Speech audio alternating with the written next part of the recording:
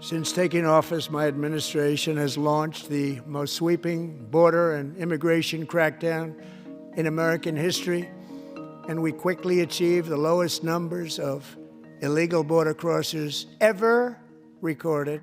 I've been involved in dairy farming my entire life. I grew up on this farm. This is the farm my parents came to when they emigrated here to the United States, and I've been here ever since. We have about a dozen full-time and part-time employees, and the vast majority of them are of Mexican descent. They have moved here from Mexico. For 30 years I've been hiring foreign-born people because there's not enough domestic people that want to come and work here. It's not my job to do the federal government's work and decide who's here legally and who's not. We're not going to sit here and spend a ton of time trying to screen, and we're not equipped to do so. If we're given documents, we're to assume that they are proper documents. We can get nostalgic about the good old days when there were more farms up and down my road and everybody had, 5 to 10 children, and they all went out to the barn morning and evening to milk the cows and so forth. But my point is, right now, the actual current reality is that there are not enough human bodies to do the work that needs to be done. There's 6 pens normally in the barn,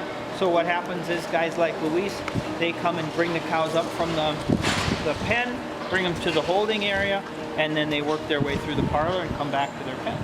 We have live animals out in the barn, right? They need to be fed, they need to be watered, they need to be cleaned up after, and they need to be milked every day, or they will die.